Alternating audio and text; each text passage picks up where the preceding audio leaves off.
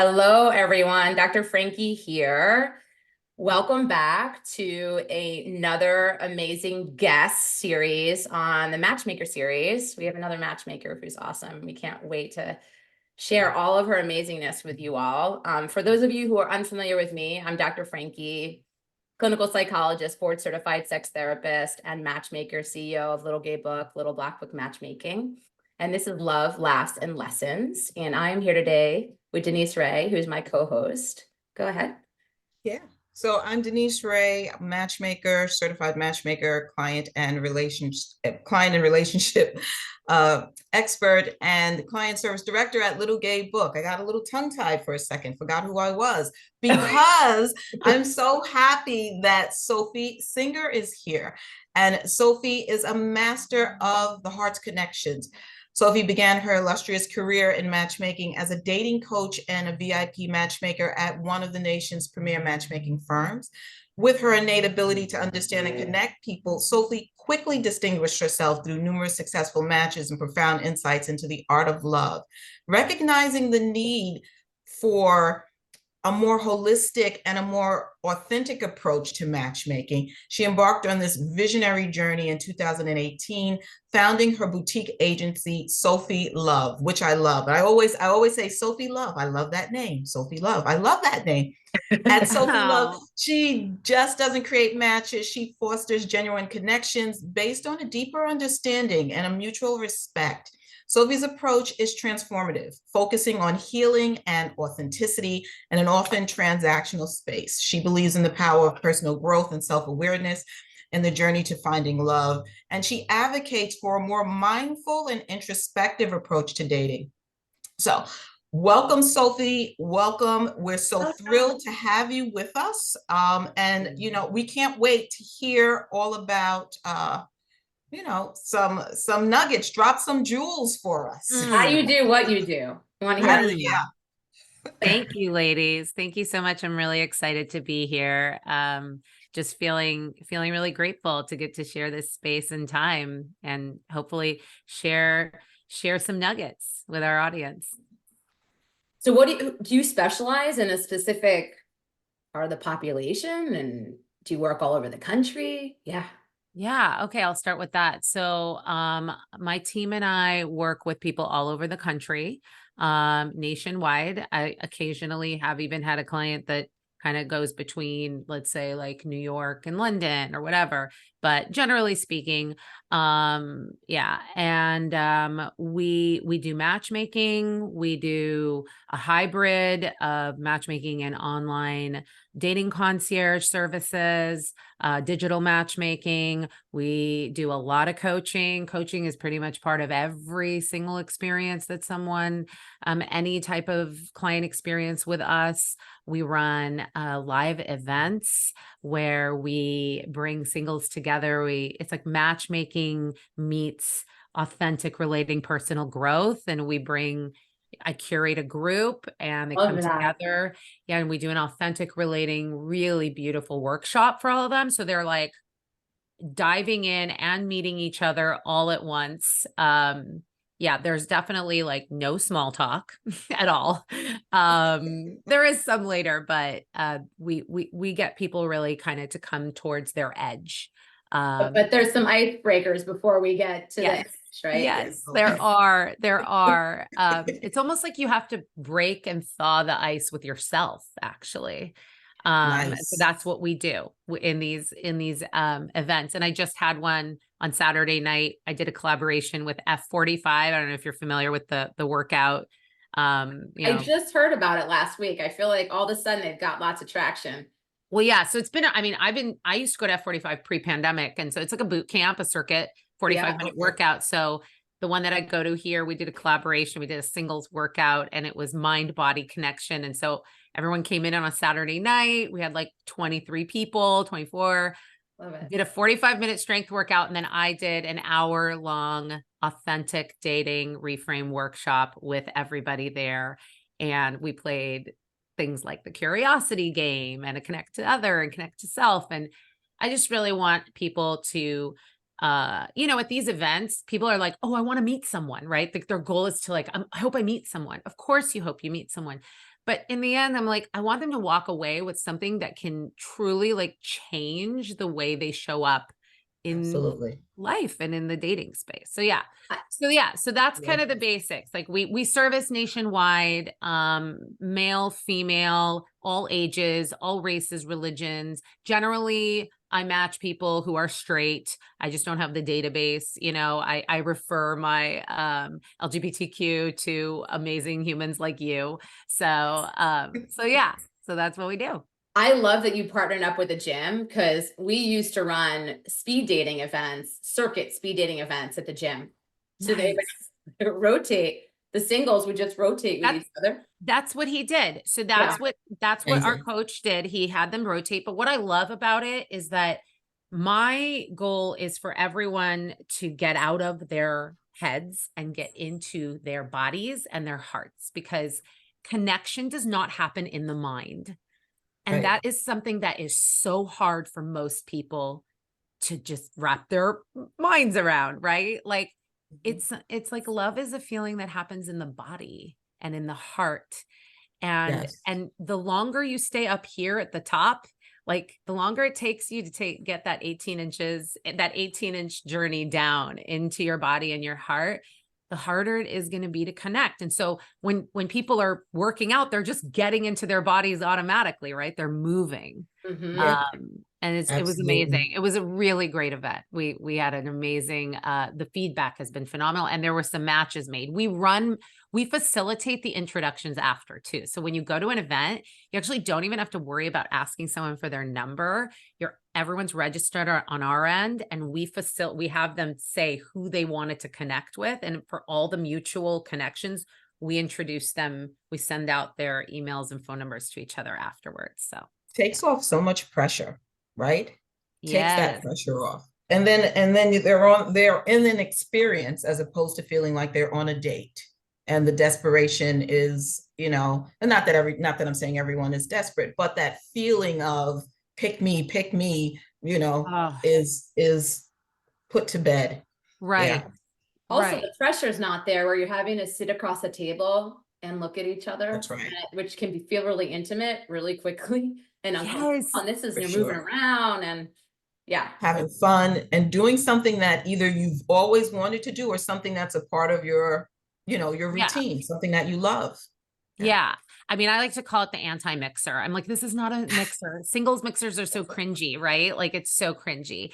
And also, yes, the goal is to bring down the stakes. Like dates are so high stakes. They feel that way because you're sitting there and you're evaluating and you're being evaluated. And so I guess my goal with everyone I work with, my members, my clients, everyone, is really to reframe how they experience dating. Because if you show up attached to the outcome, evaluating, feeling like you're being evaluated in your head, not in your body, and having very surface level conversations, you are going to dislike dating. It's a bore. It's a chore.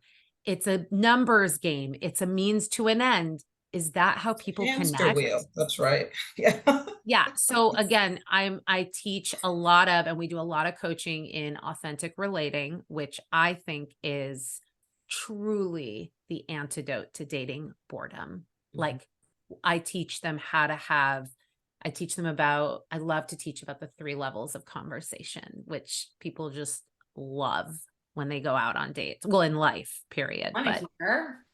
what? I want to hear. Share. Yeah. 3 levels of And I'm sure conversation. our listeners want to hear. Yeah, so this Yeah. is a good little, this is, I would say, one of This the is a nugget. core basics of the authentic relating, and definitely of my approach. So there's 3 levels of conversation. Level 1 is informational. It's fact exchange. It's usually the driest form, right? Not emotion. Like we are here recording a podcast. You're a psychologist and a matchmaker. I'm a professional matchmaker and a date coach. Here we are. It's sunny. It's 73 and sunny outside in San Diego. Awesome. They're just facts, right? Yes. We're at a restaurant. It's cold outside. Level 2 is personal, the personal level. And that's where you get a little bit more emotion. You're learning about, it's actually your feelings about the facts, right? I love being a matchmaker. I I went on this trip and this is what I loved about it. Oh, I'm looking forward to XYZ. Here's how I feel about whatever either I'm looking forward to, or I did, or I am. So so you are learning at that level about someone. You're expressing on like your own values. So you're starting to get a little bit more emotional and personal. Now, most conversations level out at level 2. And level 2 exists usually in the future or the past. It's something you either did before that you're talking about, something that you look forward to, something that you're engaged in, like your job, whatever. Level 3 is the relational level. And that focuses and drops in on the here and now between you and the person that you are sitting across from talking to or walking next to.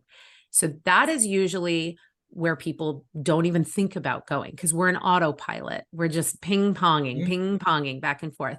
Once you drop into the present moment between you and another person, like what's alive for you in this moment, what's happening, that is completely unscripted. It's always new. It's never happened before. And it is where the most emotionally intimate connections happen.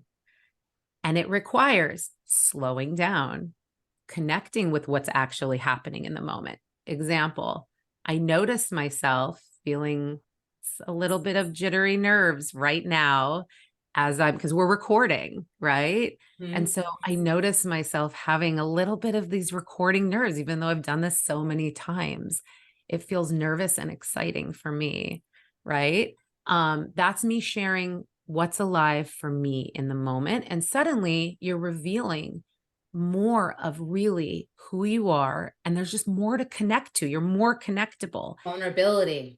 Right? Yes. It's edgy. And you invite the other person to be vulnerable when you take that risk. So we teach also staying, it's not just being authentic, it's authentic relating. So there's one thing about being just releasing your authentic feelings, right? And then the key is to stay in connection. What is it like to hear that? Like, what's it like to be with me? Sometimes I tell people a great date question. How's this date going for you? Like I'm posing it to myself as well. Like I'm just curious. Like, you know, when everybody gets on these dates and then they start shutting down, like you sit down, and you're like, oh, they're talking about their ex or whatever it is. Like if you notice, just notice yourself shutting down, like just be like, I know this is kind of a weird question, but my crazy matchmaker has all these, you know, like tips and tricks and having me do all these, like show up in a new way. I'm really trying to be more authentic. Like, how is this date going for you? Like, what's it like? How do you experience me right now? I'm really curious. Okay. So Sophie, what if the person is not into the date? What if they're like a deer in headlights? Right. So if somebody asked you that and you weren't enjoying it, they're probably asking it because they sense that something's off, right? Yeah. So, I mean, you gauge what the person says. Like if they're like deer in headlights, I mean, my response would be like, okay, babe, because now you're getting communication from them, body language, the how, not the what. There's the what people say and there's the how they say it, right? So when there's a dissonance between those things, it's energetically you feel something's off. Yes. Yeah, they're acting like everything's okay, but you can tell they're not having fun on this date. Like, have you ever been on a date or had a client say, it just felt like he didn't want to be there? Yeah. Sure. And of course, they're feeling that they're feeling, and then it affects everything. But that's an assumption that person's making. Imagine if you could stop and be like, hey, I'm noticing myself having an assumption that like you're actually not that excited to be here, like you're not actually having fun. And I want to check that with you. Maybe I'm wrong, maybe I'm right, but I'd rather just know, right? Like, how does it feel for me to ask you that? Are you open to answering? So that's really adult, really, really adult. And you know, some of us we're adults, but behaving as an adult all the time can be really hard, especially when you're in a vulnerable spot, you're dating. Right, so right. The person has to be ready. They got to be ready. Right. And the thing is, these questions and these practices, they're very You can make them your own, and they're not easy at first because none of us have learned this ever in our lives. I literally did not know this until 2 years ago when I studied authentic relating. I'm now in the authentic leadership program. I run these, and that's why we run these games with them in our events and things like that. It's like the more you practice, that's why I tell people, the more you practice, the easier it gets, because then you'll see, like your immediate response, Frankie, was, oh my God, what if it's a deer in headlights? Most people don't actually react. That's because that's your worry, right? Your fear is that they're going to react and be like, what in the hell did she just ask me? But actually, when things are tense like that and something is coming up, it's actually like a relief to be able to reveal what's happening instead of sitting there trying to manage and withhold, right? Manage the truth and our thoughts and our assumptions. Oh, actually, like, I don't know. I thought you seemed really like you didn't want to be here. That's what, like, suddenly you're giving permission. You're like, let's just talk about what's here. Let's shine the light on what's alive between us right now. And a lot of times the assumptions are not right, right? But Yes. if you don't check it, your entire experience will be colored by that assumption, right? You'll experience it as you are, right? Yes. I think And the other most of the, piece yeah, go is ahead. I think most of us don't want to harm or hurt anybody else. We And don't want to, ourselves. And yeah. And ourselves. ourselves.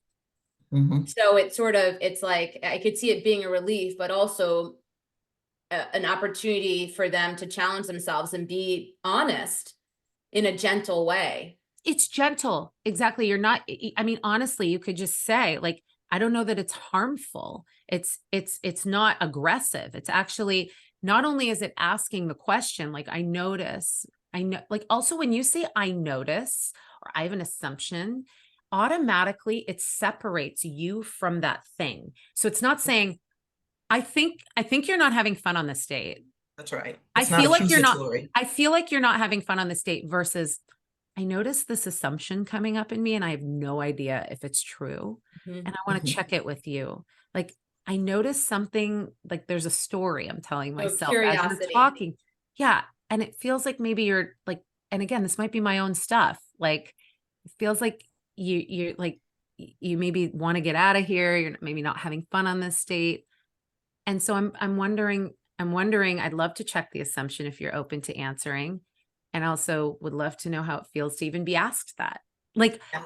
then you're staying in connection. Suddenly you care about what it feels like to even hear this question.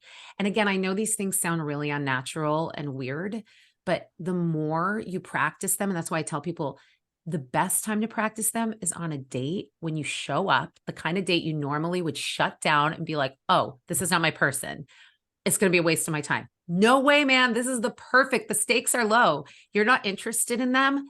Just practice being heard and seen and seeing and hearing another. And Mhm. just practice this because the stakes are low. So when you're across from someone who you are like, ooh, I like this person, it's going to be easier. It's going to be easier. I like So. it. I like it.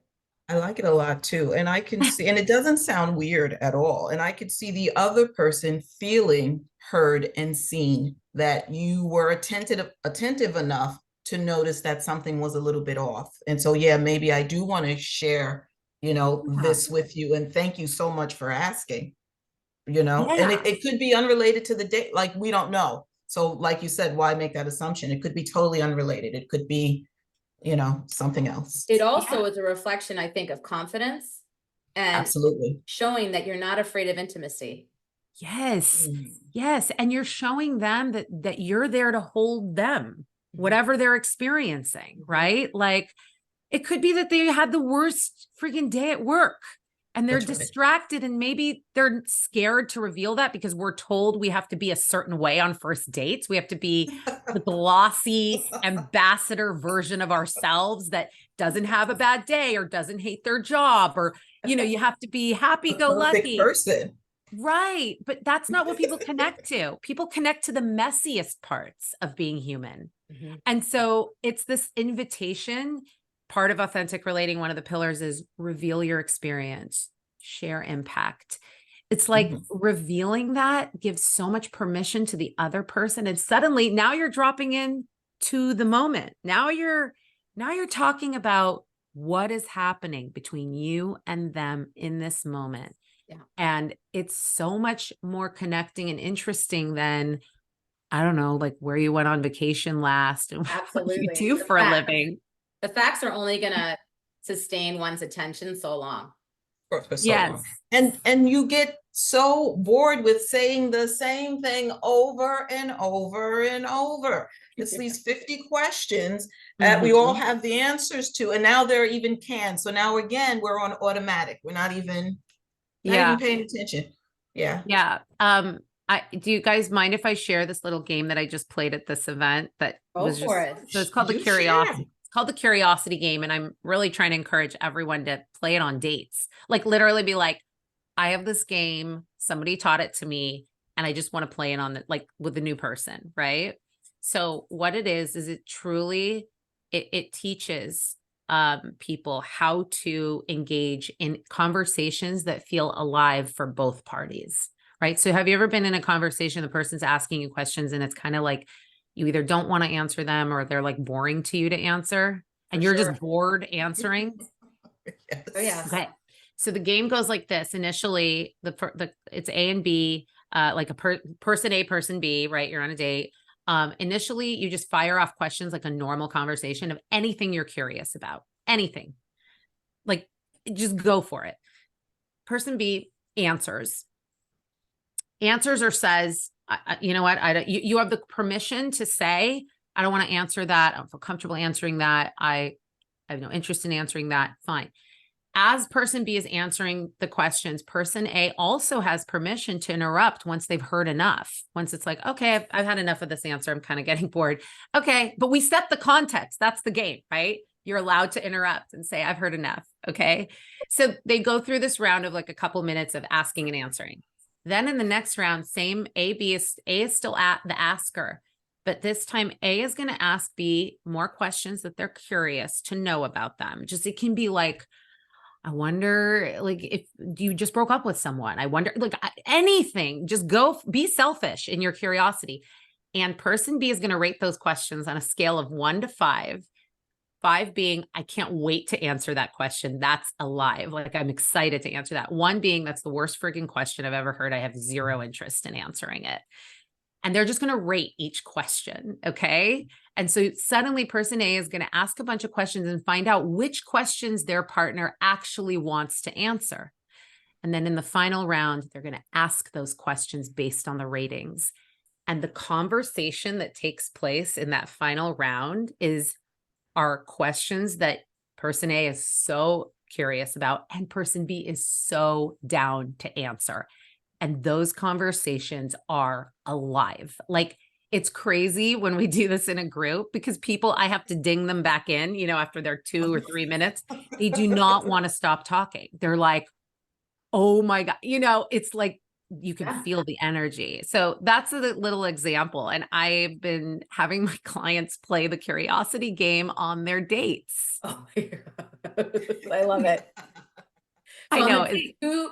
Who determines when it gets the ding goes? How do you shift? I tell them I'm like, you could take out a timer, like you could take out your phone and just set a timer for like 2 minutes for every round. This is really easy. Just be like, and you could even skip the first round of like just be like, first I'm going to ask you a bunch of questions that I'm curious about and you just rate them for me. Yeah. And then I'm going to ask you them based on the ratings. Right. So in general, are people responding well to that when they're doing this with their date? I've only had handful of people do it and they had fun with it and they really enjoyed it. Look, in the end, it's fun. It's just one other fun way to kind of break up the monotony. I would say, like, how many times have we sent our dates? I used to do this all the time. I used to send my dates out with the New York Times, the 36 questions. Yeah. I mean, it's the same idea, right? Everybody's got, there's decks of cards. There's how do we getting to know each other? I mean, Esther Perel. I mean, there's a million different ways, right? To like break it up. I am all about like people starting to truly lean into their curiosity, be edgy with it, right? Stay in connection and have conversations that feel alive for both people, right? Not just you or not just them. So.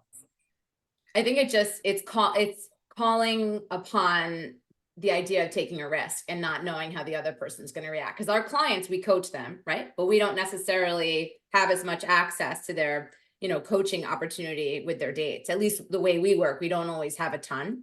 Right. So it's about, it's okay. You lead the way. As our client, you invite your date to be more authentic. Yes.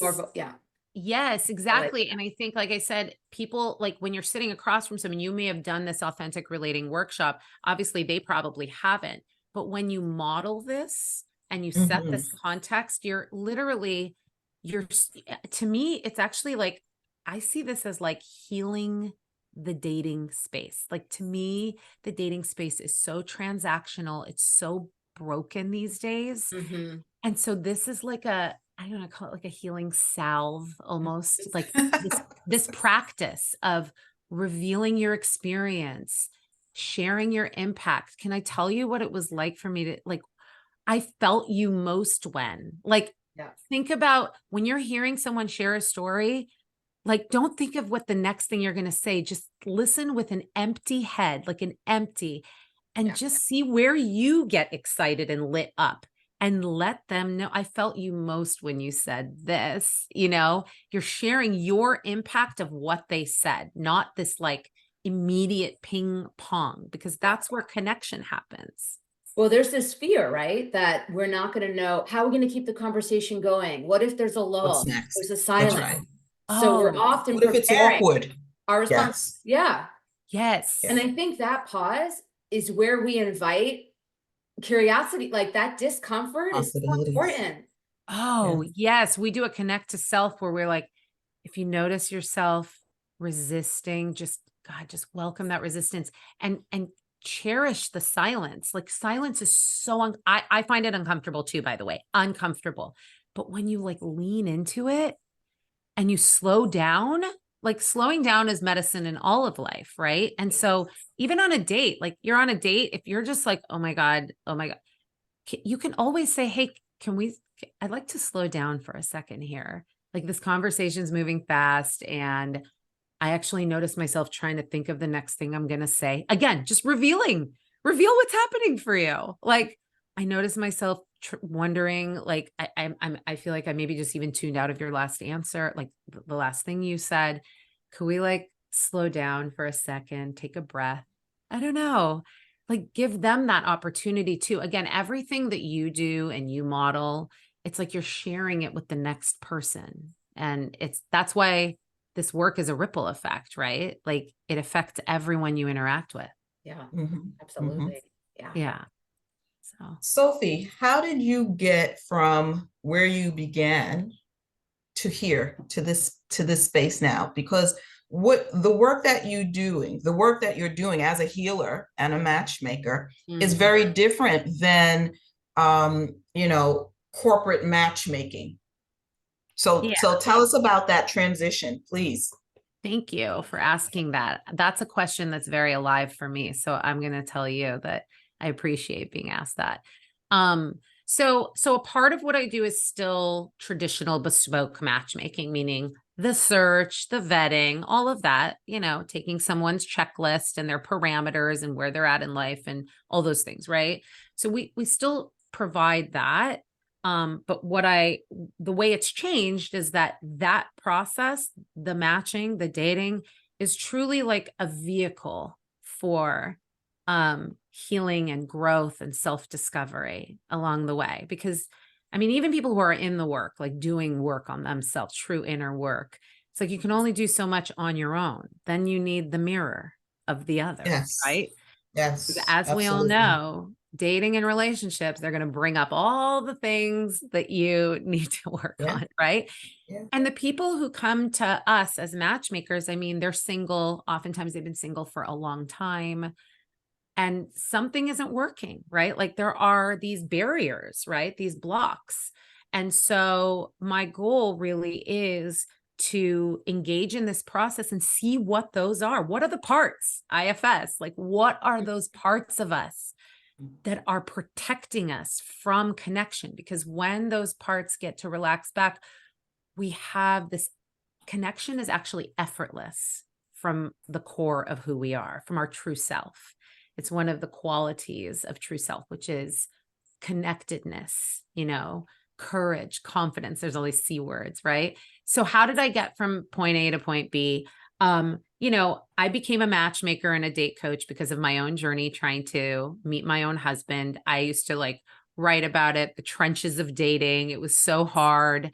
It sucked. I started dating I broke off an engagement in my late 20s, had to restart. I thought I was going to be married with a kid by 30. That didn't happen. Online dating had just started. So reverse back, almost 20 years, like 18 years ago. There was no swiping. It was JDate, Match, eHarmony, OkCupid. And so there weren't apps, right? There weren't even apps back then. We had to go on the computer. It was on my computer, email only, messaging. That's it. There was there was chat on the app sometimes, like instant messenger thing, but yeah. So I dated a lot. Over a 5-year period went on over 150 dates.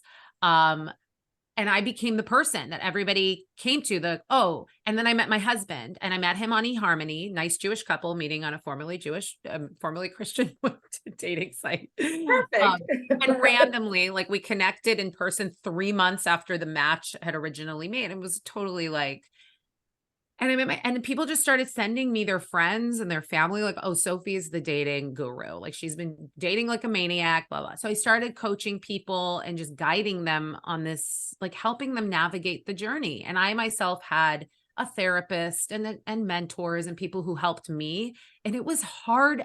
It was hard as shit, man. I'm sorry. It was so excruciating and painful and such an emotional roller coaster. Anyways, fast forward, I did this for years. I still had another job. Then I had my twins. I got married. I had my twins. I was kind of transitioning out of wholesale apparel, this stuff. And then I got an opportunity to potentially go work for a large matchmaking agency. I got hired, had a couple engaged within 3 months. I was like, this is my jam. I love talking to people about this. And I love it because I was on that journey too. And I understood how hard it was. And I loved the coaching part of it, even though that wasn't really included in the service. I was all about it. So I just did that. And I continued doing that. And then a couple years ago, I started my own healing journey.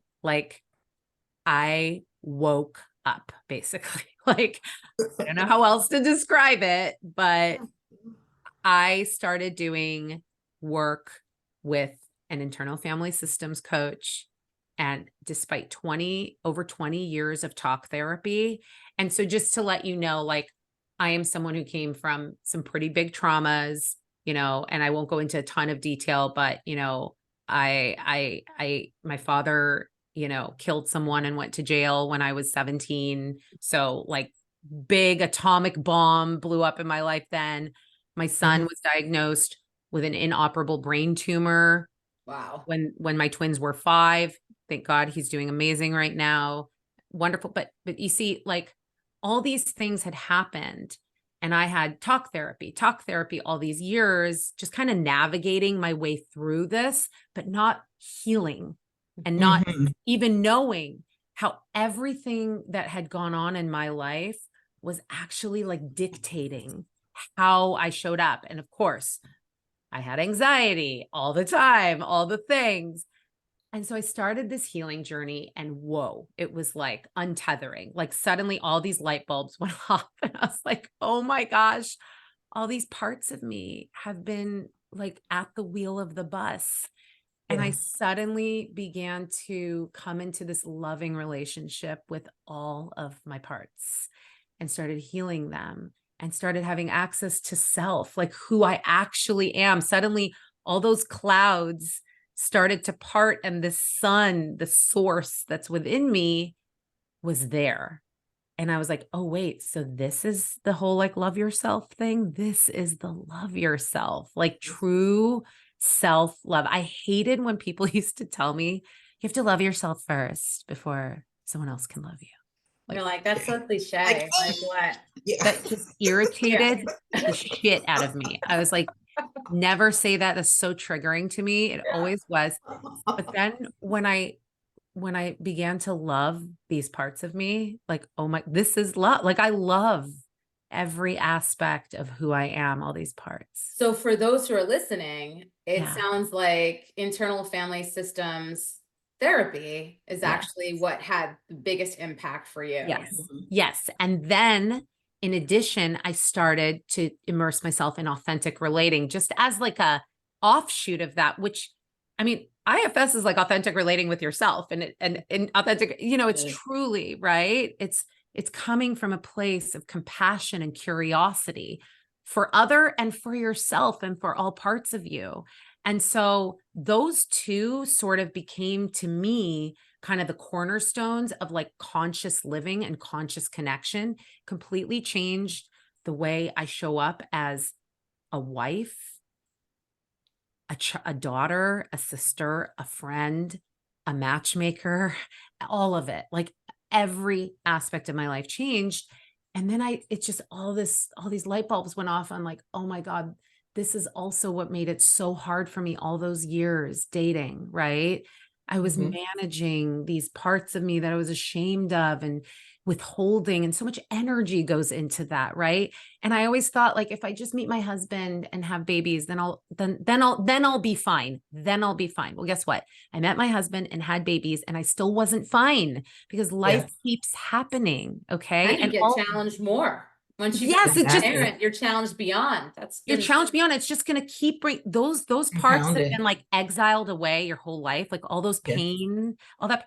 It's right there up. and it's just going to get louder and louder and louder. Yes. And eventually you cannot run away anymore, right? Like, and so thank God I found my way and this worked for me.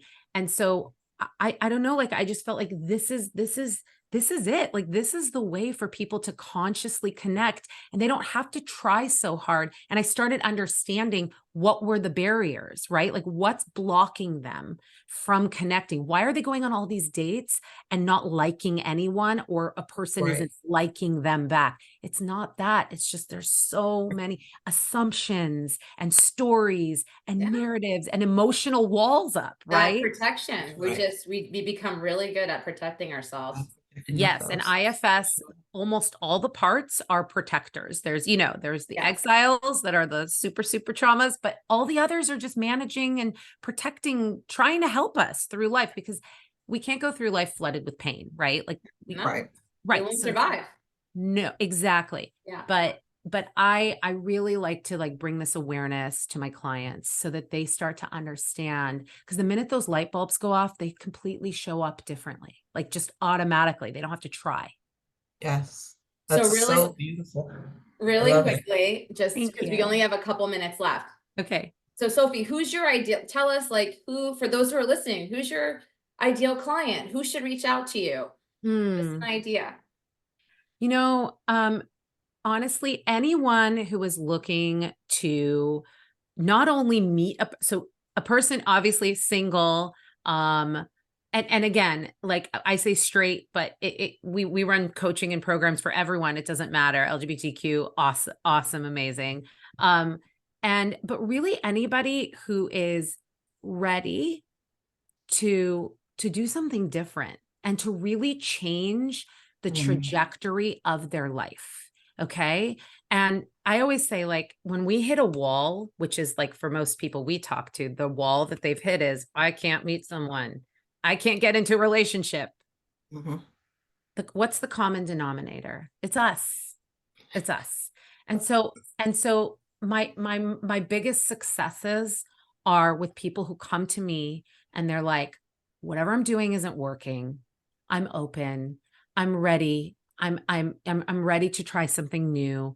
I'm open to growing and I want to meet someone. So like I want to do it all. And to me, doing it in conjunction is ideal, right? It's like the work just happens. It presents itself as we move through the process.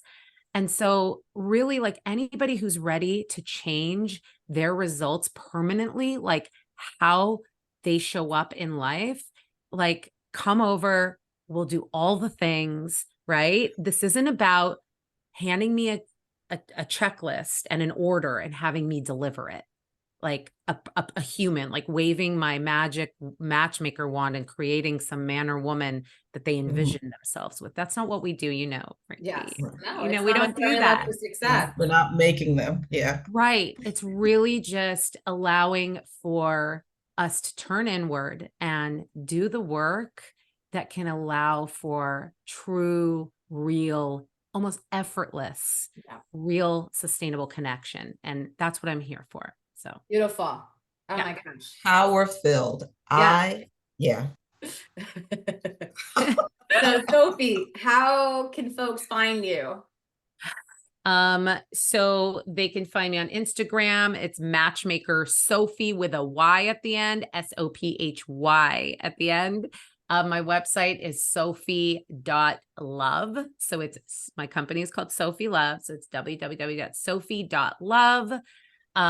You can just click there. It's absolutely free to be in my dating directory in our database. We also notify everyone of events that were happening. Sometimes we pilot events and they are free. Sometimes we charge.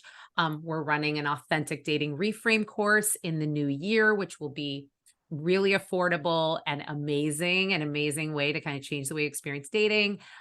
Yeah. And just as long as they can just fill out the free profile and someone on our team will reach out if they want to schedule a call, to learn more about what we're doing. Awesome. Terrific. My gosh, so many amazing ideas and nuggets. Absolutely. Thank you for sharing so much. Thank you for having me. Thank you for letting me go on and on about the things that I love the most. I really appreciate it. I could feel that passion. For sure. For sure. Amazing. All right, everyone. Thanks for tuning in. Find Sophie. She's amazing. And we'll see you next week. Kisses, hugs. Bye. Take care. Bye, everyone.